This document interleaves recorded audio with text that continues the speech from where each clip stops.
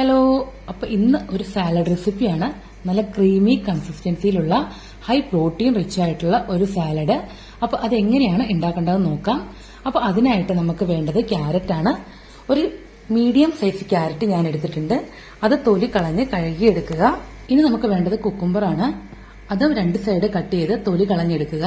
തൊലി കളയണമെന്ന് നിർബന്ധമൊന്നുമില്ല. ഇഷ്ടമില്ലെങ്കിൽ മാത്രം നമുക്ക് തൊലി കളഞ്ഞെടുത്താൽ മതി. തൊലിയോട് കൂടി എടുക്കുന്നത് തന്നെയായിരിക്കും അല്പം രുചി കൂടുതൽ കിട്ടുന്നത് സാലഡിന്. ഇനി വേണ്ടത് സബോളയാണ്. സബോളയും തൊലി കളഞ്ഞെടുക്കുക. ഒരു ഇടത്തരം സൈസ് സബോളയാണ് വേണ്ടത്. സബോള അരിഞ്ഞതിന് ശേഷം ഒരു പാത്രത്തിൽ ഒരു 2 സ്പൂൺ വിനെഗർ ഒഴിച്ച് അതിലേക്ക് ഒരു 1/4 സ്പൂണോളം ഉപ്പും കൂടി ഇട്ട് ഒരു 10 മിനിറ്റ് അതിൽ സോക്ക് ചെയ്ത് വെക്കണം.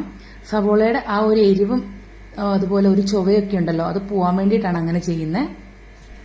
ഇനി കുക്കുംബറും ഇതുപോലെ തന്നെ കനം കുറച്ച് സ്ക്വയർ പീസായിട്ട് അരിഞ്ഞെടുക്കണം.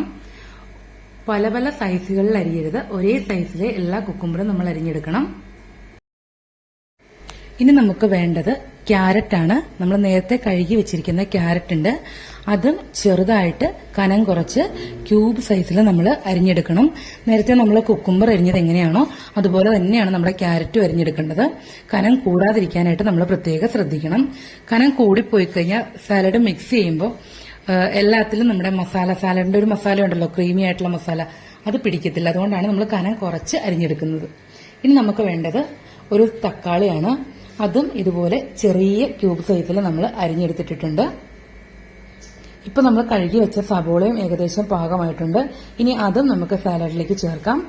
ഇനി ഇതിന് വേണ്ടിയിട്ടുള്ള ക്രീം തയ്യാറാക്കാനായിട്ട് ഹാഫ് ബോയിൽഡ് ആയിട്ടുള്ള ഒരു എഗ്ഗ് നമ്മൾ എടുത്തിട്ടുണ്ട്. അത് മിക്സിയുടെ ഒരു ജാറിലേക്ക് ഇട്ട് കൊടുക്കുക. ഒരു 3-4 വെളുത്തുള്ളി കൂടി ചേർത്ത് കൊടുക്കുക. വെളുത്തുള്ളിയുടെ ചുവ ഇത്തിരി ഇഷ്ടമുള്ളവരാണെങ്കിൽ ഒരു 4-5 അല്ലിയോളം നമുക്ക് ചേർത്ത് കൊടുക്കാം. പിന്നെ വേണ്ടത് കുരുമുളകാണ്. അത് എരിവിനാണ്. ഒരു 1/4 സ്പൂണോളം കുരുമുളക് കൂടി നമുക്ക് ചേർത്ത് കൊടുക്കാം. ഇനി വേണ്ടത് ഒരു 1/4 സ്പൂണോളം ഉപ്പും അതുപോലെ തന്നെ ഒരു 1/4 സ്പൂണോളം പഞ്ചസാരയുമാണ് കേട്ടോ. ഇത് രണ്ടും നമ്മൾ ഒന്നിച്ച് ചേർത്ത് കൊടുക്കുന്നുണ്ട്. ഇനി വേണ്ടത് വിനെഗറാണ്. ഒരു 2 സ്പൂണോളം വിനെഗർ നമ്മൾ ഒഴിച്ചു കൊടുത്തിട്ടുണ്ട്. ഇനി നമുക്ക് വേണ്ടത് ഓയിലാണ്. ഏതെങ്കിലും ഒരു വെജിറ്റബിൾ ഓയിലാണ് ചേർത്ത് കൊടുക്കേണ്ടത്. അതൊരു 2 സ്പൂണോ 1 സ്പൂണോ മതിയാവും. ഒരുപാട് ഓയിലൊന്നും വേണ്ട.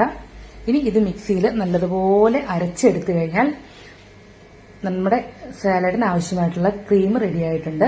ഒരു മയോണൈസ് ടേസ്റ്റിലേക്കാണ് ഈ ക്രീം ഇരിക്കുന്നത്. ഇനി നമുക്ക് ഇത് സാലഡിലേക്ക് ആഡ് ചെയ്ത് കൊടുക്കാം. അതിനു മുമ്പ് എരിവ് ആവശ്യമാണെന്നുണ്ടെങ്കിൽ ഒരു 1/4 സ്പൂണോ 1/2 സ്പൂണോളം എരിവുള്ളതോ ഇല്ലാത്തതോ ആയിട്ടുള്ള മുളക് പൊടി നമുക്ക് ചേർത്ത് കൊടുക്കാം.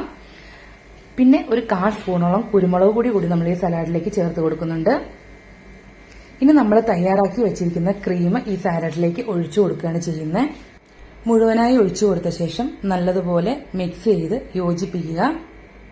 ഇനി നമുക്ക് ഇതിലേക്ക് ആവശ്യമായിട്ടുള്ള ഉപ്പ് ചേർത്ത് കൊടുക്കണം. ഇത് യോജിപ്പിച്ച് കഴിയുമ്പോഴത്തേക്കും ഉപ്പ് കുറവുണ്ടെങ്കിൽ മാത്രം ചേർത്ത് കൊടുത്താൽ മതി. അതിനുശേഷം നമ്മൾ നേരത്തെ വേവിച്ച് വെച്ചിരിക്കുന്ന വെളുത്ത കടലയും അതുപോലെ നിലക്കടലയും ഇതിലേക്ക് ചേർത്ത് കൊടുക്കണം. നിലക്കടലയും വെളുത്ത കടലയും ഇല്ലെങ്കിൽ സാധാ കടല വേവിച്ചത് മാത്രം ചേർത്ത് കൊടുത്താലും മതിയാകും. ഉപ്പിട്ടാണ് വേവിച്ചിരിക്കുന്നത്. ഇനി ഇത് നല്ലതുപോലെ ഇളക്കി യോജിപ്പിച്ച് എടുക്കുക. അപ്പൊ ഇത്രയേ ഉള്ളൂ. കടലയും അതുപോലെ നിലക്കടലയൊക്കെ ഉള്ളത് കൊണ്ട് തന്നെ നമ്മുടെ സാലഡ് നല്ല പ്രോട്ടീൻ റിച്ചും ആയിരിക്കും. അതുപോലെ കഴിച്ചു കഴിഞ്ഞാൽ വിശപ്പ് മാറും. അപ്പൊ എല്ലാവരും ഒന്ന് ട്രൈ ചെയ്ത് നോക്കുക കേട്ടോ. ഇഷ്ടപ്പെട്ടു കഴിഞ്ഞാൽ നമ്മുടെ ഇന്നത്തെ റെസിപ്പി.